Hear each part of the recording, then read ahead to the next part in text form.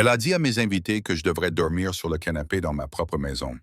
Je m'appelle Bill Williams, j'ai 67 ans, je suis un ancien marine et je suis propriétaire de cette maison. Ce qu'elle ignorait, c'est que ce vieil homme confus qu'elle manipulait avait 520 000 d'actifs, des relations avec des juges fédéraux et 12 frères marines sur le point d'être témoins de sa plus grande erreur. Pendant 10 mois, ma belle-fille a traité mes handicaps de guerre comme des désagréments personnels. Elle me parlait comme si j'étais sénile, cachait mes clés de voiture et disait aux gens que j'avais perdu la tête. Mais lors de la fête d'anniversaire de mon fils, lorsqu'elle m'a renvoyé devant les invités, elle a franchi une ligne qui allait lui coûter tout ce qu'elle avait. Je n'ai pas crié, je ne me suis pas disputé, j'ai simplement passé un coup de fil. Si vous regardez cette vidéo, abonnez-vous et dites-moi d'où vous la regardez. Surtout si vous avez des vétérans dans votre famille, car ce qui s'est passé ensuite a prouvé qu'un Marine ne prend jamais vraiment sa retraite. Revenons 10 mois en arrière. C'est à ce moment-là que Connor, mon fils, a emménagé avec sa femme Ashley après ce qu'ils ont appelé une chute. Ce n'était pas une chute. C'était un accident vasculaire cérébral mineur. Je me suis rétabli en 6 semaines. Mes fonctions cognitives étaient intactes, tout comme mes capacités motrices, à l'exception de quelques lésions nerveuses à la main gauche dues à une ancienne blessure contractée pendant la guerre du Golfe. Mais j'avais peur, je me sentais seul. Lorsque Connor m'a proposé de rester pour m'aider, j'ai accepté. Ce fut ma première erreur. En moins d'une semaine, Ashley a commencé à me traiter comme si j'étais déjà dans une maison de retraite. Elle parlait fort et lentement, comme si j'étais sénile. Bill, tu as besoin d'aide pour prendre tes médicaments? Tout le quartier pouvait l'entendre. Mon appareil auditif fonctionne très bien. J'ai juste une perte auditive partielle à l'oreille gauche à cause du combat. Il y a une différence entre être malentendant et être sourd. Mais Ashley se moquait des différences. Elle a déplacé mes souvenirs de marine dans le garage.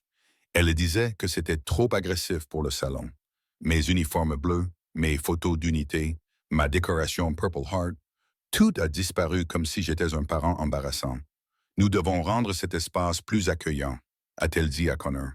Accueillant pour qui? C'est ma maison. Puis ce fut le tour des clés de voiture. Un matin, elles ont tout simplement disparu de mon bol près de la porte d'entrée.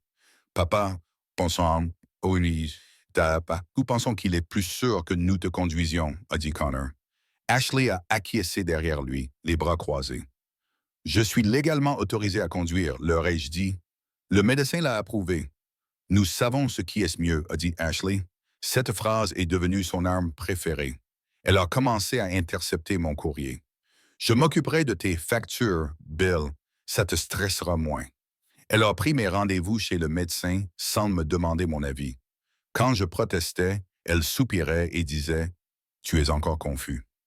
Le pire, c'est que j'ai commencé à la croire. Je me surprenais à hésiter avant de parler, me demandant si j'allais paraître cohérent. Je restais assis en silence pendant qu'il prenait des décisions concernant ma vie, ma maison, ma routine. Le fier Marine qui avait mené des hommes au combat devenait invisible dans sa propre maison. Ashley disait à ses amis que j'étais fragile. Je l'ai entendu au téléphone. Bill décline vraiment. Nous sommes pratiquement ses aidants maintenant. Elle le disait avec un ton de martyr, comme si elle faisait un énorme sacrifice. Mais c'était moi qui payais leurs courses, leurs factures d'électricité, leurs factures de téléphone portable. Je suis propriétaire de cette maison. Je l'ai achetée avec un prêt VA en 1988. Je l'ai refinancé et remboursé début 2015. Sa valeur actuelle est de 440 000 $. Je n'ai aucune dette. Ma pension militaire me rapporte 41 000 $ par an. L'invalidité VA ajoute 18 000 $. Mon portefeuille d'investissement, constitué au cours de mes 24 années de service militaire, s'élève à 520 000 $. Je ne suis pas riche, mais je ne suis pas pauvre non plus. Et je ne suis certainement pas incompétent. Mais Ashley avait convaincu tout le monde que j'étais les deux. Elle m'interrompait au milieu d'une phrase lorsque je parlais à des visiteurs.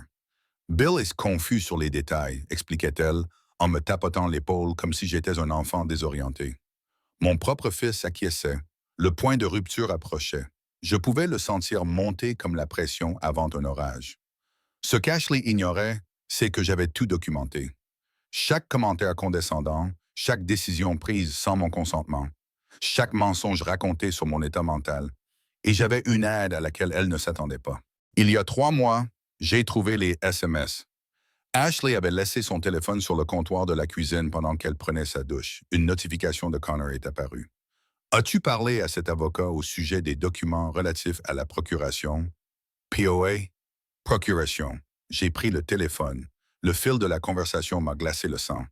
Ashley à Connor. Ton père est pratiquement fou. Nous devrions commencer les démarches pour la procuration. Connor, tu penses qu'il va signer? Ashley, il ne comprendra même pas de quoi il s'agit. Une fois que nous aurons obtenu la tutelle, nous pourrons vendre cette maison et en acheter une meilleure. Connor, et ses investissements? Ashley, tout. L'avocat dit que c'est légal s'il est déclaré incapable. J'ai fait des captures d'écran de tous les messages, je les ai envoyés sur mon propre téléphone, puis j'ai supprimé les preuves de son dossier. Ils n'essayaient pas de m'aider. Ils prévoyaient de voler tout ce pour quoi j'avais travaillé. C'est 20 000 $ d'investissement, une maison de 440 000 $, des droits à une pension militaire, des prestations d'anciens combattants, tout ce qu'un Marine a gagné en 24 ans de service. Ils voulaient tout liquider pour s'offrir une maison plus grande. Cette nuit-là, j'ai appelé mon ancien avocat, Jerry Morrison, ancien officier du JAG, et servi sous mes ordres pendant l'opération Tempête du désert. Je lui confierai ma vie. Bill, ce que vous décrivez est un cas classique de maltraitance des personnes âgées, m'a dit Jerry. L'exploitation financière d'un ancien combattant handicapé. S'ils essaient d'obtenir la tutelle sans votre véritable consentement, nous pouvons les poursuivre au pénal. De quoi ai-je besoin? De documents, de preuves de votre compétence, de preuves de leur tromperie.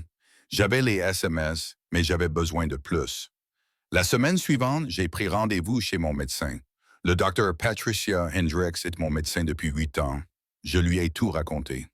Bill, vous êtes l'un de mes patients les plus vifs, m'a-t-elle dit. Vos fonctions cognitives sont tout à fait normales. Vos capacités motrices sont excellentes compte tenu de vos blessures de guerre. Il n'y a aucune raison médicale justifiant une tutelle. Pourriez-vous mettre cela par écrit? Absolument. Et je note dans votre dossier que toute allégation de déclin mental est fausse. Mais la véritable révélation était venue lorsque j'ai commencé à additionner les chiffres. Cette maison n'est pas seulement mon domicile, c'est mon plus gros actif sur le marché actuel, 440 000 $. Pas d'hypothèque, pas de dette. Un titre de propriété clair à mon nom uniquement. Mon compte d'investissement de 520 000 $, constitué grâce à des cotisations au plan d'épargne militaire et à des investissements prudents après mon service. Les relevés mensuels montrent une croissance constante. Un revenu annuel de 59 000 $ entre la pension et l'invalidité, plus que suffisant pour vivre de manière indépendante. Ma valeur nette totale s'élève à près d'1 million de dollars. Je ne suis pas la victime sans défense qu'Ashley a décrite à ses amis. Je suis un ancien combattant financièrement stable, systématiquement escroqué par des membres de ma famille qui ont vu des dollars plutôt que ma dignité. Le texte révélait leur calendrier. Il prévoyait de demander une tutelle d'urgence, affirmant que je représentais un danger pour moi-même. Leur preuve serait les rapports d'Ashley à mon médecin concernant ma confusion et ma prétendue incapacité à gérer mes finances. Sauf que mon médecin connaissait la vérité. Mes relevés bancaires montraient une gestion responsable et j'avais des enregistrements. Jerry m'avait informé qu'il était légal d'enregistrer des conversations dans ma propre maison. Je documentais les manipulations d'Ashley depuis des semaines. Bill, chérie, tu ne peux pas gérer ces relevés bancaires, m'a dit Ashley un matin en prenant mon rapport d'investissement mensuel. Tu es trop dépassé.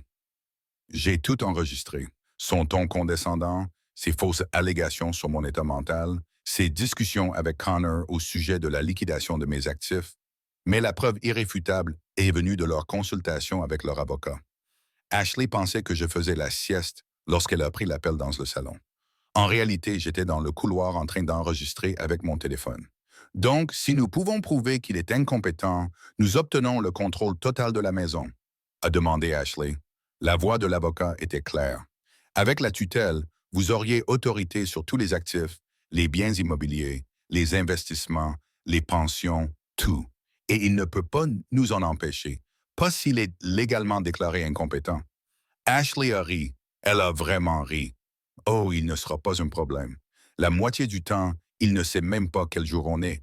C'était un mensonge. Je sais exactement quel jour on est, Je sais quel mois nous sommes. Je sais ce qu'ils essaient de me voler. Mais ils ne savaient pas ce que j'avais l'intention de reprendre. La guerre psychologique a commencé petit à petit. La mort par 1000 coupures. Ashley oubliait de me parler des appels téléphoniques. Oh, ton ami Jim a appelé hier. Je lui ai dit que tu te reposais. Jim Morrison, mon ancien sergent. Nous nous parlions chaque semaine depuis 15 ans jusqu'à ce qu'Ashley commence à intercepter nos appels. Elle réorganisait mes médicaments sans me demander mon avis. Je les ai mieux rangés pour toi, Bill. Ma discipline militaire m'avait habitué à prendre les mêmes médicaments aux mêmes heures depuis des années. Son organisation perturbait ma routine. Elle utilisait alors ma confusion comme preuve de mon déclin. Tu vois ce qu'on a, il n'arrive même plus à se souvenir de son horaire de prise de médicaments. Mais les coups les plus cruels étaient les plus petites. Je cherchais le sel pendant le dîner. Ashley le retirait. Trop de sodium n'est pas bon pour quelqu'un de ton âge, Bill. J'ai 67 ans, pas 97, et je gère mon alimentation depuis avant sa naissance. Quand je protestais, elle utilisait cette voix condescendante. Je sais que c'est frustrant, mais c'est pour ton bien. Elle a commencé à parler de moi comme si je n'étais pas là. À Connor, à ses amis, aux prestataires de services qui venaient à la maison. Il a de bons et de mauvais jours, disait-elle au réparateur du câble, alors que j'étais assis à 3 mètres de là. Aujourd'hui, c'est un bon jour, me disait le réparateur avec un regard compatissant. Ce vétéran au regard perçant suivait clairement chaque mot de la conversation, dont on discutait comme s'il s'agissait d'un patient atteint de démence. J'ai commencé à tenir un journal quotidien. Chaque incident, chaque humiliation, chaque mensonge. Le 3 octobre, Ashley a dit au livreur de course, « Je ne peux plus monter les escaliers. J'ai couru 8 kilomètres ce matin. » Le 7 octobre, je l'ai entendu dire à sa mère, « Je me promène dans la confusion la nuit. Je vérifiais les serrures. » La même routine que j'ai depuis 20 ans. Le 12 octobre, elle a annulé mon abonnement à Marine Corps Gazette sans me demander mon avis. De toute façon, tu ne le lisais pas. Je lisais chaque numéro de bout en bout, mais l'ingérence médicale était le pire. Lors de mon examen de routine, Ashley a insisté pour m'accompagner. Elle s'est assise à côté du bureau du Dr. Hendricks, comme si elle était ma tutrice. Il a des problèmes de mémoire, a déclaré Ashley à mon médecin. Il oublie les noms, se perd dans sa propre maison. Hier, il ne se souvenait plus comment faire fonctionner la cafetière. Que des mensonges. Ma mémoire est excellente. Je connais chaque recoin de cette maison et je fais du café de la même manière depuis 30 ans. Le Dr. Hendricks avait l'air perplexe. Bill, avez-vous des problèmes de mémoire? Non, répondis-je clairement. Ashley intervint. Il ne se rend pas toujours compte quand il est confus. Cela fait partie de son état. Quel état, avais-je envie de demander, mais Ashley était tellement sûre d'elle, tellement autoritaire, que même mon médecin a commencé à prendre des notes. C'est là que j'ai compris à quel point elle était dangereuse. Elle ne se contentait pas de me voler ma dignité à la maison. Elle montait un dossier médical pour incompétence. Après ce rendez-vous, j'ai appelé le Dr. Hendricks en privé. Docteur, je dois clarifier quelque chose. Les rapports d'Ashley sur ma mémoire et ma confusion. Ils sont faux. Mes facultés cognitives sont intactes. Je peux le prouver. Le Dr. Hendricks m'a écouté attentivement. Bill, votre évaluation cognitive d'aujourd'hui n'a révélé aucun problème. Vos réponses étaient claires et appropriées. Je vais noter cette conversation dans votre dossier. Mais Ashley a poursuivi sa campagne. Elle a commencé à inviter ses amis à dîner. Pas mes amis. Les miens étaient trop stressantes pour moi. Ses amis du cabinet dentaire, les collègues de travail de Connor. J'essayais de participer aux conversations. Je racontais des anecdotes sur mon service militaire. Je commentais l'actualité. Ashley m'interrompait. Les anecdotes militaires de Bill sont un peu confuses, disait-elle avec un sourire triste. Mais nous aimons les écouter quand même. Les invités me regardaient avec ce mélange de pitié et de malaise que les gens éprouvent envers les personnes âgées atteintes de troubles mentaux. Mes anecdotes n'étaient pas confuses. Ma mémoire était bonne. Mais les attaques préventives d'Ashley empoisonnaient chaque mot que je prononçais. Elle le faisait aussi devant Connor. Il rentrait du travail et j'essayais de lui raconter ma journée. Ashley attirait son attention et tapotait sa tempe en articulant silencieusement « mauvaise journée ». Connor acquiesçait d'un air entendu. « Ce n'est pas grave, papa. »« Pourquoi ne te reposes-tu pas? » Je ne passais pas une mauvaise journée. J'avais passé une journée normale dans une situation anormale. L'isolement était systématique. Les appels téléphoniques étaient interceptés, le courrier redirigé, les relations sociales coupées. Elle m'effaçait de ma propre vie, une relation à la fois. Mais le moment le plus cruel est arrivé lorsqu'elle a trouvé mes chaussures de course. Je m'entraînais en secret. Je courais à 5 heures du matin pendant qu'il dormait. C'était le seul moment où je me sentais moi-même, fort, capable, libre. Ashley a découvert les chaussures boueuses près de la porte arrière. « Bill, tu étais encore dehors en pyjama? » a-t-elle demandé à Connor devant moi. Je m'inquiète qu'il se promène. Je suis allé courir, ai-je répondu. Ashley a affiché une inquiétude exagérée. « Chérie, tu peux à peine marcher jusqu'à la boîte aux lettres. Tu as dû rêver. » Elle a caché mes chaussures de course. « Pour ta sécurité, a-t-elle dit. Cette nuit-là, je l'ai entendue au téléphone avec la sœur de Connor en Californie. Je suis vraiment inquiète pour papa. Ashley a dit qu'il avait des illusions sur son activité physique. Hier, il a insisté pour dire qu'il avait couru 8 kilomètres. C'est déchirant. Elle ne mentait pas seulement sur mes capacités. Elle convainquait toute ma famille que j'étais malade mental. Mais ce qu'Ashley ignorait, c'est que j'avais trouvé de nouvelles chaussures de course. Et je m'étais entraîné pour quelque chose qui prouverait exactement ce dont j'étais capable. La course de 10 km du Corps des Marines, le 15 novembre, jour de mon 50e anniversaire d'enrôlement. Je n'allais pas seulement courir. J'allais gagner dans ma catégorie d'âge. Et elle allait regarder. Chaque matin à 5 heures, pendant qu'Ashley et Connor dormaient, je redevenais moi-même. Je sortais discrètement par la porte arrière avec mes nouvelles chaussures de course, cachées dans le garage derrière des pots de peinture, et je partais courir dans les rues du quartier. 8 kilomètres, toujours le même parcours, pour gagner en vitesse et en endurance. Pas mal pour un vieil homme confus qui peut à peine marcher jusqu'à la boîte aux lettres. Le 10 km des Marines était dans 8 semaines. L'inscription nécessitait un certificat médical, une preuve de service militaire et la soumission d'un temps de qualification. J'avais les trois. Le Dr. Hendricks a signé mon formulaire médical avec enthousiasme. « Bill, votre santé cardiovasculaire est excellente. Votre fréquence cardiaque au repos est celle d'un homme de 20 ans plus jeune.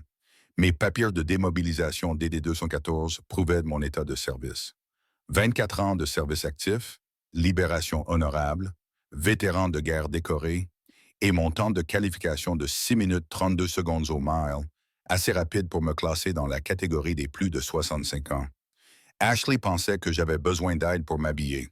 Je m'entraînais pour courir contre des Marines de tout le pays, mais la course à pied n'était qu'une partie de ma préparation.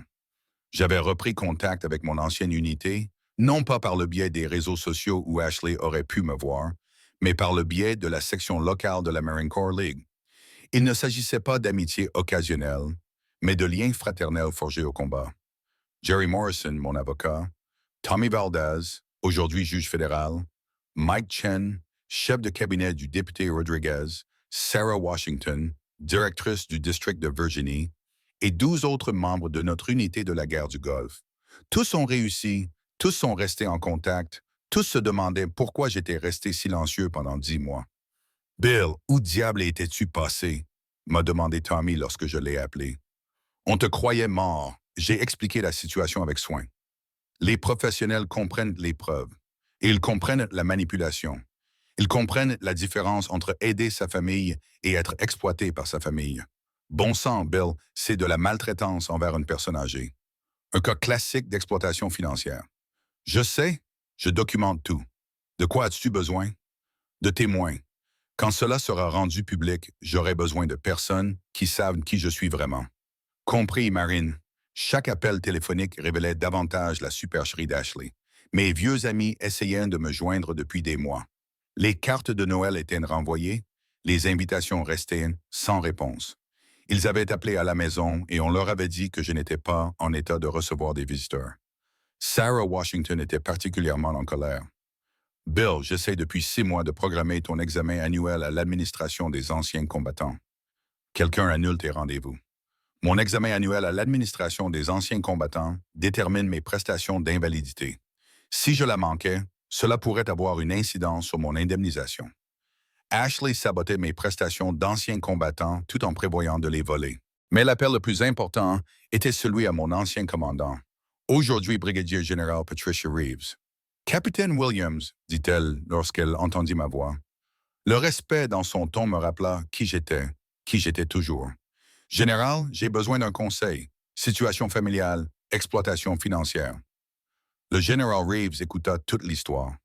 Sa réponse a été rapide et d'une précision militaire. Bill, vous êtes pris pour cible parce qu'il voit vos prestations d'anciens combattants et suppose que vous êtes vulnérable. C'est un comportement prédateur. Vous devez réaffirmer votre autorité. Comment? Rappelez-leur à qui ils ont affaire et entourez-vous de vos Marines lorsque vous le ferez. Oui, madame, encore une chose. Bill, le 10 km du corps des Marines a lieu le 15 novembre. Vous courez? Vous prévoyez de le faire? Excellent. Je serai là. Je ne manquerai pour rien au monde de te voir battre ces jeunes. J'ai raccroché, ressentant quelque chose que je n'avais pas ressenti depuis 10 mois. De la fierté. Cet après-midi-là, Ashley m'a trouvé dans la cuisine en train d'examiner des relevés bancaires. Bill, tu ne devrais pas t'inquiéter pour ces chiffres, m'a-t-elle dit en tendant la main vers les papiers. Laisse-moi m'occuper du stress financier. J'ai fermement tenu les relevés. Je vérifie les performances de mes investissements en hausse de 12% cette année. Ashley avait l'air frustré. Tu te perds à nouveau. Ce ne sont que des chiffres aléatoires. Des chiffres aléatoires. 5 à 20 000 $ d'investissements soigneusement gérés étaient des chiffres aléatoires pour elle. Ashley, ai-je dit calmement, j'ai géré des budgets plus importants que celui-ci dans le corps des Marines. Je pense pouvoir gérer mon propre portefeuille. Elle quitta la pièce sans un mot. Mais je la vis immédiatement envoyer un SMS à Connor. Ton père fait une nouvelle crise. Une crise. C'était son nouveau mot préféré pour décrire les moments où j'agissais de manière compétente. Plus que 7 semaines avant ma réunion de famille, plus que 7 semaines avant qu'Ashley ne découvre à quoi ressemblait une véritable crise. Le 36e anniversaire de Connor tombait un samedi d'octobre. Ashley l'avait planifié depuis des semaines, mais sa version de la planification consistait à envahir ma maison comme si c'était la sienne. On le fait ici, a-t-elle annoncé. Pas demandé, annoncé. Combien de personnes ai-je demandé? Environ 20. Mes amis du travail, les collègues de Connor, quelques voisins. Remarquez ce qui manquait dans cette liste. Mes amis, mes copains vétérans, les gens qui connaissaient Connor depuis qu'il était enfant. Et Jim Morrison, Tommy Valdez. Connor a grandi en les appelant Oncle Jim et Oncle Tommy. Ashley a fait un geste de la main pour signifier son désintérêt. Bill, ces vieux militaires sont trop intenses pour une fête d'anniversaire. C'est censé être amusant. Trop intense. 2. Mes frères marines qui avaient porté Connor sur leurs épaules lui avaient appris à lancer un ballon de football et avaient assisté à sa remise de diplôme au lycée. Ils étaient trop intenses pour son anniversaire. De plus, et poursuivit Ashley, nous ne voulons pas te submerger avec trop de monde. Voilà encore son excuse préférée. Tout tournait autour de ne pas submerger le pauvre et fragile Bill. Le matin de la fête, je m'habillais avec soin, un pantalon kaki propre, mon polo préféré des Marines, celui avec l'insigne de mon unité, des chaussures cirées. J'avais l'air de ce que j'étais, un officier des Marines à la retraite assistant à la fête d'anniversaire de son fils. Ashley me jeta un coup d'œil et fronça les sourcils. « Bill, chérie, peut-être quelque chose de plus décontracté. T'es un peu trop habillé. Je portais un pantalon kaki et un polo pour une fête d'anniversaire dans le jardin, mais apparemment, afficher ma fierté d'avoir servi dans l'armée était trop habillé. « Ça me va, ai-je répondu. Bon, essaie de ne pas monopoliser les conversations ce soir. Les amis de Connor ne s'intéressent pas vraiment aux histoires militaires. Ne monopolise pas les conversations. Traduction. Ne parle pas à moins qu'on ne t'adresse la parole. Les invités ont commencé à arriver à 18 heures. Les amis hygiénistes dentaires d'Ashley, les collègues de Connor à la compagnie d'assurance, quelques voisins que je connaissais à peine, de jeunes professionnels vêtus de vêtements coûteux et amateurs de bières artisanales. J'ai essayé de me mêler aux autres. Je me suis présenté aux collègues de Connor. Je leur ai posé des questions sur leur travail. J'ai fait la conversation, mais Ashley était toujours à mes côtés, supervisant mes interactions. Lorsque j'ai mentionné mon service pendant la guerre du Golfe à un jeune homme qui m'interrogeait sur mon polo, Ashley est immédiatement apparu. « Bill adore parler du bon vieux temps », a-t-elle dit avec ce sourire condescendant. Parfois, les détails sont un peu confus, mais les histoires sont divertissantes. Le jeune homme semblait mal à l'aise. Je me sentais humilié. Mon service militaire était considéré comme un divertissement confus. Mais le point de rupture est survenu pendant le dîner. Connor ouvrait les cadeaux. Tout le monde s'était rassemblé autour de la table du patio. Quelqu'un a posé une question sur les traditions familiales et j'ai vu là une occasion de créer un lien. Quand Connor avait 8 ans, ai-je commencé, je lui ai appris à marcher en formation. Il était si fier qu'il a fait apprendre cela à toute son équipe de baseball. C'était une histoire vraie, un bon souvenir. Connor était fasciné par la précision militaire et j'avais passé des heures à lui enseigner la technique de marche appropriée. Son équipe l'utilisait pour entrer sur le terrain et les parents adoraient cela. Mais Ashley ne m'a pas laissé terminer. Bill, chérie, m'a-t-elle interrompu. Personne ne peut te comprendre. Ton appareil auditif siffle. Mon appareil auditif ne sifflait pas. Je l'avais vérifié avant la fête. Il fonctionnait parfaitement. Mais l'interruption d'Ashley a tué l'histoire et m'a fait passer pour un vieil homme confus avec un équipement défectueux. Les invités avaient l'air gênés pour moi. C'était le pire. Leur pitié. Connor ne m'a pas défendu. Il avait juste l'air fatigué. Papa, tu devrais peut-être le faire. Je racontais une histoire sur ton enfance, ai-je dit fermement. Tu te souviens quand tu as appris à marcher au pas? Bien sûr, papa, mais nous devrions peut-être nous concentrer sur ce soir. Se concentrer sur ce soir était un code pour arrête de parler du passé. J'ai senti quelque chose se briser dans ma poitrine. Pas mon cœur, ma patience. 20 minutes plus tard, la véritable humiliation a commencé. La terrasse était bondée. Les invités se tenaient debout avec leurs verres et les voix devenaient de plus en plus fortes à mesure que la soirée avançait. J'étais assis dans ma chaise habituelle, ma chaise chez moi, lorsque Connor s'est approché. Papa, nous n'avons plus de place assise. Pourrais-tu céder ta chaise à Madame Henderson? Madame Henderson était la voisine âgée de 80 ans. J'aurais volontiers cédé ma chaise. Mais Connor ne m'a pas demandé de changer de place. Il m'a demandé de céder ma place à la fête. Où devais-je m'asseoir? Ai-je demandé. Connor est regardé autour de lui d'un air vague. Peut-être à l'intérieur. Vous pourriez regarder la télévision ou autre chose. Regarder la télévision à la fête d'anniversaire de mon fils, dans ma propre maison. Je préfère rester avec les invités, ai-je répondu. C'est alors qu'Ashley a commis une erreur fatale. Elle avait bu du vin. Sa voix était plus forte que d'habitude. Elle ne se contrôlait plus du tout. La conversation s'était calmée et ses paroles résonnaient dans toute la terrasse. Connor, honnêtement, laisse-le dormir sur le canapé. Il fait la sieste toute la journée de toute façon. Il ne verra pas la différence. Silence complet. 20 invités me regardaient, certains avec un air choqué, d'autres détournant le regard embarrassé. Tous étaient témoins de la façon dont ma belle-fille me traitait comme un meuble. Il ne verra pas la différence. Comme si j'étais une patiente sénile dans une maison de retraite. Pas la propriétaire de la maison qui organisait leur fête. Connor avait l'air mortifié, mais il ne l'a pas corrigé. Il ne m'a pas défendu. Il est resté là, espérant que le moment passe. Mais ce moment a cristallisé tout le reste. 10 mois de condescendance, de manipulation et d'humiliation systématique condensés en une seule phrase prononcée en public. Je me suis levé lentement. Tous les invités me regardaient maintenant. Ashley, ai-je dit doucement, c'est ma maison.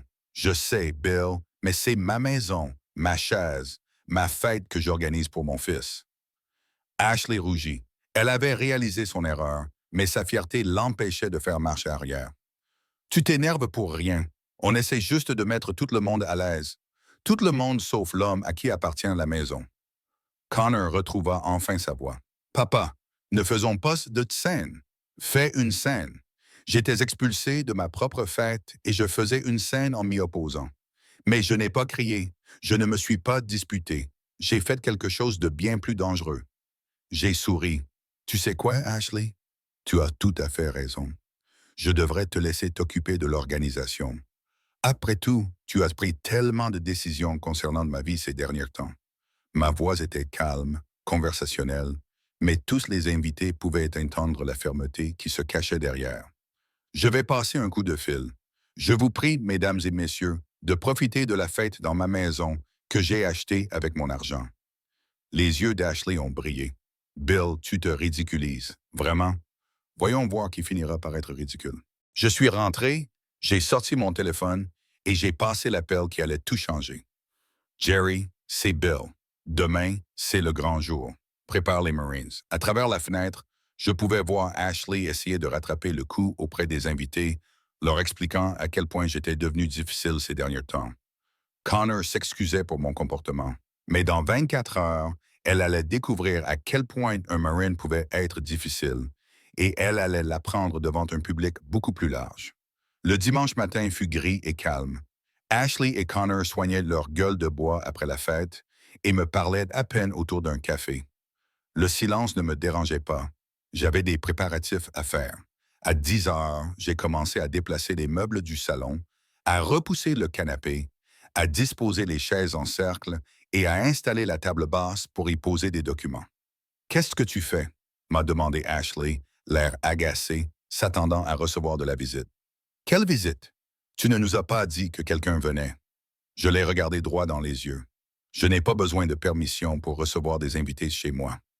Le visage d'Ashley s'est crispé. «Bill, nous avons des projets aujourd'hui. Connor et moi allions visiter des maisons. Visiter des maisons, avec mon argent sans doute. L'argent qu'il pensait bientôt contrôler. Visitez autant que vous voulez, mais cet après-midi, j'ai des invités.» Connor est apparu dans l'embrasure de la porte. «Papa, quels invités? Tu aurais dû nous demander d'abord. Tu aurais dû demander dans ma propre maison pour mes propres invités.» «Une réunion de l'unité des Marines», répondis-je simplement. 24 ans de fraternité. Ils viennent voir leur ancien capitaine. Ashley rit. Ashley rit. «Bill, tes amis militaires ne veulent pas faire le trajet jusqu'ici pour te voir. Tu imagines encore des choses.» Imaginer des choses, c'était sa nouvelle phrase préférée. «On verra bien», ai-je répondu. À midi, la première voiture s'est garée dans mon allée.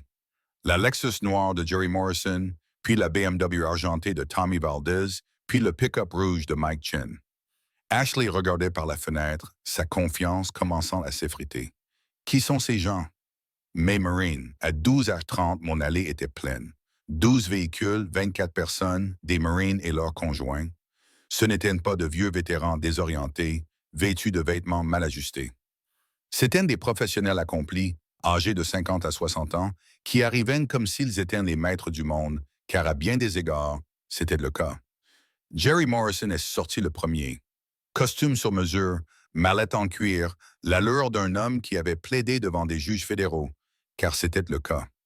Tommy Valdez l'a suivi, juge fédéral pour le District Est nommé par 2 présidents, confirmé à l'unanimité. Quand Tommy marchait, les pièces devenaient silencieuses.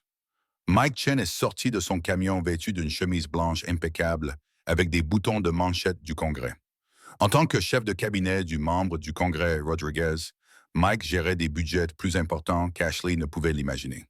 Sarah Washington est arrivée dans un véhicule officiel de l'administration des anciens combattants, son badge de directrice de district visible à travers le pare-brise.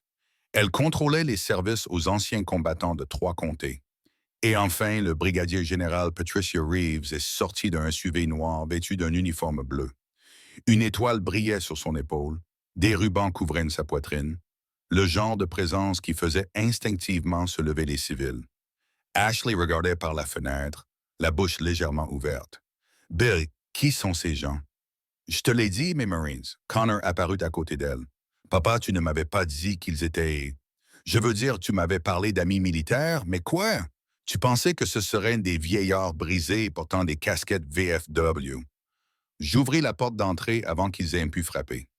Jerry s'avança le premier et ses salutations me rappelèrent qui j'étais autrefois. Capitaine Williams. Il se mit au garde à vous, puis esquissa un sourire. «Permission d'entrer, monsieur. Accordé, conseiller. À vous tous. Bienvenue à la maison.» Ils entrèrent dans mon salon comme s'ils en étaient les propriétaires, parce que pendant les 2 heures qui suivirent, ils l'étaient. Ce n'étaient pas des visites de courtoisie. C'étaient des Marines qui se présentaient à leur ancien commandant. Ashley et Connor restèrent dans l'embrasure de la porte, visiblement mal à l'aise, mais incapables de quitter leur propre maison. Enfin, incapables de quitter ma maison. Le général Reeves prit les devants, comme le font les généraux. «Bill, tu nous as manqué lors des réunions. Où te cachais-tu?» «J'étais ici, madame, occupé à régler des problèmes familiaux.» Sarah Washington, directrice du district VA, plissa les yeux. Elle savait reconnaître la maltraitance des personnes âgées quand elle la voyait. Quel genre de problème, Bill? Avant que je puisse répondre, Ashley s'avança. Elle essayait de reprendre le contrôle, mais elle était dépassée par les événements. Je suis Ashley, la belle-fille de Bill. Nous prenons soin de lui depuis sa chute. Il va bien. Il a de bons jours et de mauvais jours. La pièce est devenue complètement silencieuse.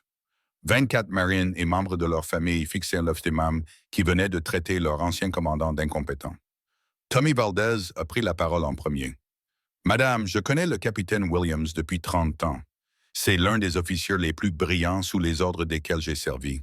À quoi faites-vous référence exactement quand vous parlez de mauvais jours? Ashley sentit le danger, mais ne pouvait pas reculer. Eh bien, il est confus, il oublie des choses. Hier, il pensait pouvoir courir 8 kilomètres. Le général Reeves haussa un sourcil. Courir 8 kilomètres, Bill. Vous maintenez toujours votre condition physique? Oui, madame. Je m'entraîne pour le 10 km des Marines le mois prochain. Excellent. Quel est votre temps actuel? 6 minutes 30 miles. Les Marines ont éclaté d'admiration. Des cris de joie ont résonné dans mon salon. À 67 ans, je courais plus vite que des hommes 2 fois plus jeunes que moi. Ashley avait l'air perplexe. Ce n'était pas la réaction qu'elle attendait à mes délires. Mike Chen s'est penché en avant. Ashley, vous avez dit que Bill oubliait d'être cause. Pouvez-vous être plus précise? Eh bien, il n'est plus capable de gérer ses finances. Nous avons dû prendre en charge ses factures, ses comptes bancaires. L'expression de Jerry Morrison s'est figée. Madame, êtes-vous en train de dire que vous avez pris le contrôle des actifs financiers du capitaine Williams? Quelqu'un doit le faire. Il n'est pas en mesure d'arrêter. La voix de Jerry avait l'autorité d'un tribunal. Madame, je vais vous demander d'être très prudente dans vos prochaines déclarations. Prétendez-vous que cet officier de la marine est mentalement incompétent? Ashley réalisa qu'elle était tombée dans un piège, mais sa fierté la poussa à continuer. Oui, son médecin est d'accord. Nous sommes en train d'obtenir la tutelle. Sarah Washington sortit son téléphone. Bill, quel est votre numéro de dossier auprès de l'administration des anciens combattants? Je lui donnai le numéro à 9 chiffres de mémoire. Sarah tapa rapidement, puis leva les yeux. D'après les dossiers médicaux de l'administration des anciens combattants, le capitaine Williams a passé haut la main son examen annuel d'aptitude. Fonction cognitive normale. Capacité de gestion financière pleinement compétente. Aucun signe de déclin mental. Ashley pâlit. Ce n'est pas ce qu'a dit son médecin. Quel médecin? Demanda Tommy Valdez. Parce que les anciens combattants bénéficient de protections médicales spécifiques en vertu de la loi fédérale. Le Dr. Hendricks, dit-elle. Je sortis mon téléphone et fis jouer l'enregistrement. La voix du Dr. Hendricks emplit la pièce. Bill, votre évaluation cognitive ne montre aucun problème. Vous êtes l'un de mes patients les plus vifs. Le mensonge d'Ashley s'est effondré en temps réel. Devant les juges fédéraux, le personnel du Congrès et un général. Mais je n'avais pas fini. General Reeves, Jerry, vous tous, j'ai besoin de témoins pour quelque chose. Je me suis dirigé vers mon classeur et j'ai sorti un dossier rempli de documents, de relevés bancaires, de rapports d'investissement, d'actes de propriété, de captures d'écran de SMS et d'enregistrements de conversations. Pendant 10 mois, j'ai été systématiquement escroqué par des personnes en qui j'avais confiance. Ils m'ont isolé de mes amis, intercepté mes communications, fait de fausses déclarations médicales et tenté de voler mes biens grâce à une tutelle frauduleuse. Jerry a ouvert sa mallette. Bill, montrez-moi tout. J'ai étalé les preuves sur ma table basse comme un plan de bataille. Les SMS dans lesquels Ashley disait que j'avais perdu la tête. L'enregistrement de la conversation sur la vente de ma maison. Le courrier intercepté. Les rendez-vous annulés. Le général Reeves a étudié les documents avec une précision militaire. Capitaine, il s'agit d'abus envers une personne âgée. Une exploitation financière classique. Oui, madame. Et cela va cesser. Ashley a tenté un dernier coup désespéré. Vous ne pouvez pas le croire. Il est confus. Il invente tout cela. Tommy Valdez s'est levé.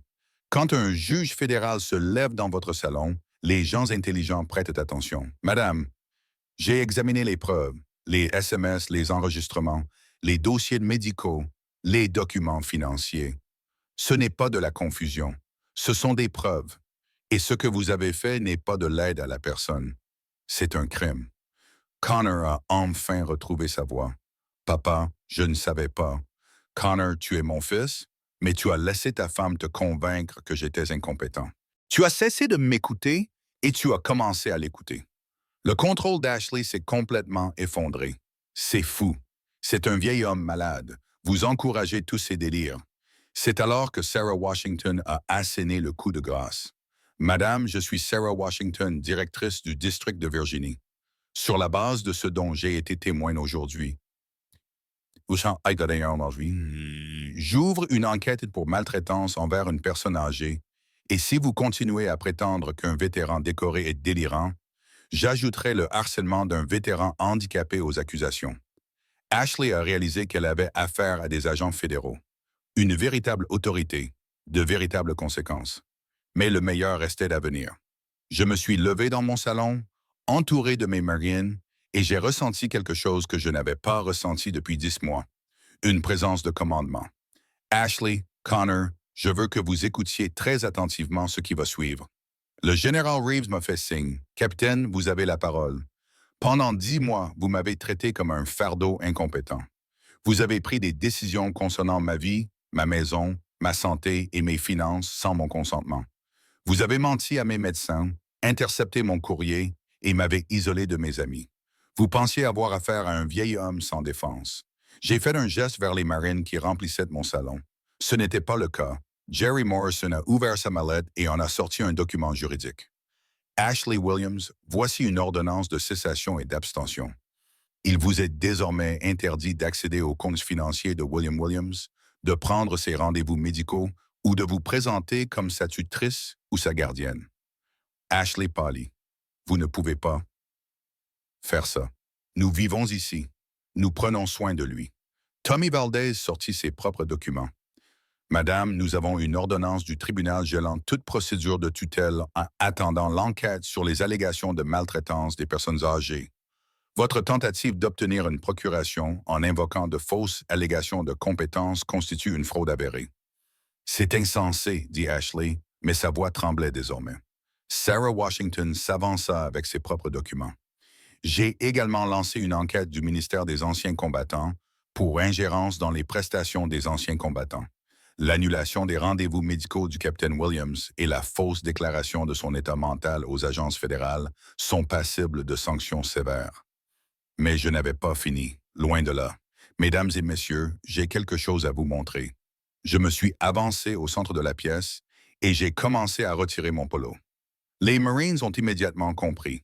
Ashley et Connor avaient l'air perplexes jusqu'à ce que je révèle ce qui se trouvait en dessous. Mon maillot de course 10 km du Corps des Marines, numéro 257. Mon nom et ma tranche d'âge clairement imprimés. Williams, William, M65+. Ashley vous a dit hier que je me faisais des illusions sur la course à pied. Elle a dit que je pouvais à peine marcher jusqu'à la boîte aux lettres. Connor, tu l'as entendu dire que je suis trop faible pour faire de l'exercice physique. J'ai enfilé mes chaussures de course, celles qu'Ashley avait cachées, celles que j'avais remplacées. General Reeves, voulez-vous voir à quel point je suis vraiment faible? Hurrah, capitaine, montrez-nous le chemin. Tout le groupe s'est déplacé dans mon jardin. 24 témoins, dont la moitié étaient des employés fédéraux, suivaient un homme de 67 ans qu'Ashley avait qualifié d'incompétent physiquement. Je me suis dirigé vers ma clôture arrière, à exactement 1,9 km du centre communautaire, et je suis revenu, un parcours que je courais depuis des mois. Ashley, Connor, vous allez voir qui je suis vraiment. J'ai commencé à courir, pas à faire du jogging, à courir, à une allure de 6 minutes 30 secondes par kilomètre, la même vitesse que j'avais maintenue à l'entraînement. Derrière moi, j'entendais le général Reeves donner le rythme. Silence. 1, 2, 3, 4. Les Marines se sont joints à lui, leur voix résonnant dans tout le quartier. Mes voisins, ceux-là même qui avaient entendu Ashley me traiter de fragile, sont sortis pour regarder. J'ai couru avec une précision militaire. Respiration contrôlée, rythme régulier, forme parfaite. Ce n'était pas un vieil homme qui luttait pour faire de l'exercice. C'était un Marine démontrant qu'il maintenait ses standards de conditions physiques. Un GD de 9 km en 7 minutes et 45 secondes. J'ai terminé dans mon allée, à peine essoufflé, tandis qu'Ashley me regardait sous le choc. Des questions sur mes capacités physiques, ai-je demandé. Ashley ouvrait et fermait la bouche sans émettre le moindre son. Connor avait l'air d'avoir vu un fantôme, mais le coup de grâce continuait de pousser. De retour dans le salon, j'ai étalé mes documents financiers à la vue de tous. Relevés bancaires, report d'investissement, titres de propriété, tout ce qu'Ashley pensait contrôler. Jerry, veuillez les lire à haute voix les soldes des comptes. Jerry Morrison, avocat et ancien Marine, a lu comme s'il présentait des preuves à un jury. Compte courant, 17,92 $. Compte d'investissement, 523 896 $. Valeur immobilière, 440 000 $. Aucune dette. Ashley est devenue livide. Savait que j'avais de l'argent, mais entendre les chiffres lus à haute voix par l'avocat d'un juge fédéral a rendu la tentative de vol bien réelle. Valeur nette totale, a poursuivi Jerry, environ 960 000 $. Tommy Valdez a regardé Ashley avec une froideur judiciaire. Madame, vous avez tenté d'obtenir la tutelle de près d'1 million de dollars d'actifs appartenant à un ancien combattant compétent. Ce n'est pas seulement de la maltraitance envers une personne âgée. C'est une fraude fédérale. Mike Chen a sorti son téléphone. Bill, en tant que membre du personnel du Congrès, je suis tenu de signaler toute tentative de fraude à l'encontre d'anciens combattants. Cette affaire sera transmise aux autorités compétentes, mais Sarah Washington est porté le coup de grâce. Capitaine Williams, sur la base des preuves présentées aujourd'hui, je recommande des poursuites pénales pour maltraitance de personnes âgées, exploitation financière et entrave aux prestations des anciens combattants. Les sanctions comprennent une peine de prison fédérale et la perte définitive du droit de visite à la victime. Ashley a enfin retrouvé la parole. C'est fou.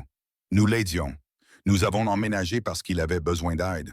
J'ai sorti ma dernière preuve, l'enregistrement de son appel téléphonique avec l'avocat au sujet de la liquidation de mes biens. La voix d'Ashley a rempli la pièce. Une fois que nous aurons obtenu la tutelle, nous pourrons vendre cette maison et en acheter une meilleure. Silence. Un silence accablant. Le général Reeves, oui, s'est mis au garde à vous.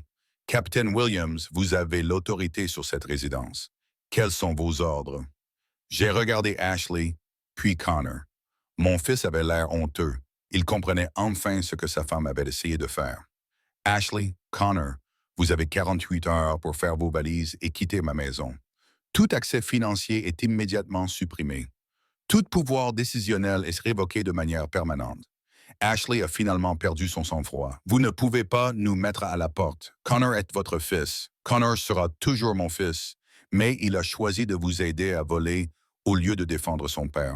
Ce choix a des conséquences. Je me suis tourné vers mes marines. Messieurs, mesdames, merci d'avoir rétabli mon autorité. Rompez. En sortant, chaque marine s'est arrêté pour me serrer la main. Pas la poignée de main que l'on donne à un vieil homme. La poignée de main que l'on donne à un compagnon d'armes, vous voyez. Le capitaine général Reeves m'a dit « Bon retour parmi nous ». Le lundi matin a apporté des conséquences qui ont bouleversé la vie d'Ashley comme une onde de choc. À 9 heures, 2 agents du FBI se sont présentés à ma porte. Pas pour moi, pour Ashley. Les crimes financiers contre les anciens combattants relèvent de la juridiction fédérale. L'agent Martinez a montré ses papiers. Monsieur Williams, nous sommes ici au sujet de la plainte pour maltraitance d'une personne âgée déposée par le directeur régional de l'administration des anciens combattants. Nous devons interroger toutes les parties concernées. Ashley était assise dans ma cuisine, qui était encore la mienne, mais plus pour très longtemps, face aux agents fédéraux, de l'autre côté de la table, où elle m'avait autrefois donné des leçons sur la gestion de mes propres finances. Madame, nous avons des enregistrements de vous discutant de la liquidation des biens de la victime sans son consentement. Pouvez-vous expliquer ces conversations? Les tentatives d'explication d'Ashley se sont effondrées sous le poids de l'interrogatoire professionnel. Les agents avaient déjà tout entendu. Des membres de la famille qui se sont convaincus que voler des parents âgés était en quelque sorte justifié. Il avait besoin d'aide, a insisté Ashley. Il était confus, oublieux, l'a interrompu l'agent Chen. Madame, nous avons des dossiers médicaux confirmant la pleine capacité de la victime présumée.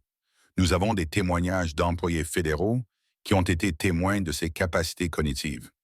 Vos allégations de confusion semblent être inventées. À midi, Ashley était confrontée à des accusations potentielles, maltraitance de personnes âgées, exploitation financière et fraude. Connor était assis à côté d'elle, réalisant que sa complicité passive pourrait également avoir des conséquences juridiques. Mais l'enquête du FBI n'était qu'un début. À 14 heures, Le supérieur d'Ashley au cabinet dentaire a appelé chez moi. Bill, ici le docteur Stephanie Rodriguez du cabinet d'Ashley. Nous avons reçu des informations inquiétantes concernant des allégations de maltraitance de personnes âgées. Pouvez-vous confirmer qu'Ashley Williams fait l'objet de poursuites fédérales? J'aurais pu protéger l'emploi d'Ashley et minimiser la situation. Au lieu de cela, j'ai dit la vérité. Dr. Rodriguez. Ashley a tenté d'obtenir la tutelle frauduleuse de mes biens en prétendant que j'étais mentalement incapable. Les agents fédéraux mènent une enquête. Elle risque une peine de prison. Silence au téléphone. Alors, merci pour votre honnêteté, Bill. Nous allons traiter cette affaire de manière appropriée. Ashley a perdu son emploi en quelques heures. Les cabinets dentaires ne peuvent pas employer des personnes faisant l'objet d'une enquête fédérale pour maltraitance envers des personnes âgées. Confiance des patients, normes professionnelles, exigences en matière de licence d'État. La carrière d'Ashley s'est évanouie aussi vite que son stratagème, mais les conséquences sociales ont été encore plus dévastatrices. Le bureau d'assurance de Connor avait assisté à sa fête d'anniversaire. Ils avaient été témoins de l'humiliation publique que m'avait infligée Ashley, avaient entendu ses commentaires désobligeants sur mes capacités. Lorsque la nouvelle de l'enquête fédérale s'est répandue, la réputation professionnelle de Connor a été directement touchée. L'assurance repose sur la confiance. Lorsque vos collègues découvrent que votre femme a tenté d'escroquer votre père, un ancien combattant handicapé, cette confiance s'évapore. Le patron de Connor, David Park, est appelé mardi matin. Connor, nous devons discuter de la situation avec votre famille. Nous comptons plusieurs anciens combattants parmi nos clients. Ils s'interrogent sur votre jugement et votre personnalité. Connor a réalisé que le fait d'avoir permis les abus d'Ashley ne lui avait pas seulement coûté le respect de son père. Cela lui coûtait sa carrière. Mercredi, tout le quartier était au courant. 24 marines et leurs familles avaient été témoins de la chute d'Ashley. Dans une communauté qui honore les anciens combattants, la nouvelle s'est rapidement répandue. Madame Henderson, Henderson, la voisine de 80 ans qu'Ashley avait utilisée pour m'humilier, est venue me rendre visite avec des biscuits faits maison. Bill, j'ai entendu parler de ce que cette femme t'a fait. Je suis désolé que nous ne l'ayons pas remarqué plus tôt. Elle était très convaincante, Madame Henderson. Eh bien, elle ne trompe plus personne maintenant. Tout le quartier parle de ces agences fédéraux. Bravo d'avoir tenu tête à cette femme. L'isolement social qu'Ashley m'avait imposé s'est complètement inversé. Les voisins à qui on avait dit que je déclinais me voyaient désormais courir tous les matins, entretenir ma maison, clairement compétent et indépendant. La version de la réalité d'Ashley, celle d'un ancien combattant confus et impuissant qui avait besoin d'une surveillance constante, s'est effondrée publiquement. Mais la conséquence la plus cruelle a été la perte du soutien de ma famille. La sœur de Connor, Rebecca, a appelé de Californie après avoir entendu parler de l'enquête. « Papa, je suis vraiment désolé. Ashley nous a dit que tu souffrais de démence. Elle a dit que Connor sacrifiait tout pour prendre soin de toi. Nous ne savions pas qu'elle mentait. Rebecca, ma chérie, je vais bien. J'ai toujours été bien. Je n'arrive pas à croire que Connor ait laissé cela se produire. Je n'arrive pas à croire que nous ayons cru ces mensonges à ton sujet. » Connor a entendu la conversation, a vu sa famille se retourner contre sa femme et remettre en question son jugement. Le fils qui voulait faire plaisir à tout le monde n'avait fait plaisir à personne. Jeudi matin, j'ai trouvé Connor en train de faire des cartons dans le garage. « Papa, je ne sais pas comment m'excuser pour ça. Connor, tu as choisi de faire confiance à quelqu'un qui mentait à mon sujet. Tu as cessé de me voir comme ton père et tu as commencé à me voir comme un fardeau pour Ashley. Je pensais que nous aidions. Aider? Ou aviez-vous l'intention d'hériter de ma maison plutôt que prévu? » Le visage de Connor s'est décomposé. « Je n'ai jamais voulu que cela arrive, mais vous avez laissé faire. Pendant 10 mois, vous l'avez regardé me traiter comme un enfant incompétent et vous n'avez rien dit. Que puis-je faire pour réparer cela? J'ai regardé mon fils, sans emploi, risquant des poursuites pénales, marié à une femme faisant l'objet d'une enquête fédérale, séparé de sa sœur et de son père. Tu peux apprendre la différence entre aider quelqu'un et le contrôler, et tu peux t'assurer que cela n'arrivera plus jamais à une autre famille. Vendredi après-midi, exactement 48 heures après mon ultimatum, Ashley et Connor ont chargé leur dernier carton dans un camion de déménagement. Les derniers mots d'Ashley à mon égard étaient, comme on pouvait s'y attendre, amers. « Tu vas le regretter, Bill. Tu seras seul, tu auras besoin d'aide, et nous ne serons pas là. Ashley, ai-je dit calmement, j'ai été seul pendant 10 mois pendant que tu vivais dans ma maison. Être vraiment seul sera une amélioration. Elle a claqué la porte du camion et est partie, emmenant Connor avec elle. Je les ai regardés partir depuis le porche de ma maison, entouré des voisins qui avaient appris la vérité sur qui j'étais vraiment. Seul, mais pas isolé. Calme, mais pas réduit au silence. Libre. 2 semaines plus tard, j'ai couru le 10 km du Corps des Marines à Washington, D.C. Non seulement j'ai terminé la course, mais j'ai remporté la victoire dans ma catégorie d'âge, celle des 67 ans, battant des hommes de 20 ans plus jeunes que moi, prouvant ainsi que le récit d'Ashley sur mon déclin physique était aussi faux que tout ce qu'elle avait dit à mon sujet. Le général Reeves m'a remis ma médaille en personne. Capitaine Williams, vous avez prouvé que les Marines ne prennent pas leur retraite. Nous changeons simplement de lieu d'affectation. Cette médaille signifiait tout et rien. Tout, car elle prouvait publiquement ma compétence. Rien, car j'avais déjà prouvé cela aux personnes qui comptaient. Ma maison semblait différente sans Ashley et Connor. Plus calme, mais pas vide. Paisible au lieu de tendu. Je pouvais manger du sel avec mon dîner, vérifier mon courrier, répondre à mes appels téléphoniques. Le projet de conversion du garage a commencé immédiatement. Avec l'aide de mes frères marines, j'ai transformé l'espace où Ashley avait relégué mes souvenirs militaires en un atelier pour les anciens combattants handicapés. Tommy Valdez m'a mis en contact avec le programme d'équipement adaptatif de l'administration des anciens combattants.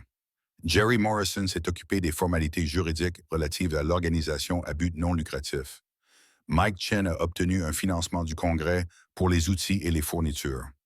En décembre, Marine Workshop Solutions venait en aide à 23 anciens combattants handicapés dans 3 comtés. Nous avons adapté des maisons pour les rendre accessibles en fauteuil roulant, construit des meubles sur mesure pour des blessures spécifiques, créé des outils adaptés aux prothèses et à la mobilité réduite. Je n'ai pas manqué de remarquer l'ironie de la situation. Ashley avait qualifié mes handicaps d'inconvénients. Je les avais transformés en qualifications pour aider d'autres vétérans. Connor m'a appelé le jour de Noël. Sa voix semblait différente, plus humble, plus triste, plus âgée. Papa, Ashley et moi nous sommes séparés. Elle sera jugée en mars. Je vis dans un studio et je travaille dans une autre agence d'assurance. Je suis désolé d'apprendre tes problèmes, mon fils. Vraiment? J'ai réfléchi honnêtement à la question. Je suis désolé que tu souffres. Je ne suis pas désolé que tu apprennes les conséquences. Je peux venir te rendre visite un de ces jours? Connor, tu seras toujours mon fils, mais tu ne seras plus jamais le bienvenu pour prendre des décisions concernant ma vie. Je comprends, vraiment. Parce que comprendre signifie plus qu'accepter. Cela signifie s'assurer que cela n'arrivera jamais à une autre famille. Je travaille avec un groupe de sensibilisation aux abus envers les personnes âgées. Je partage notre histoire. J'avertis les autres familles des signes à surveiller.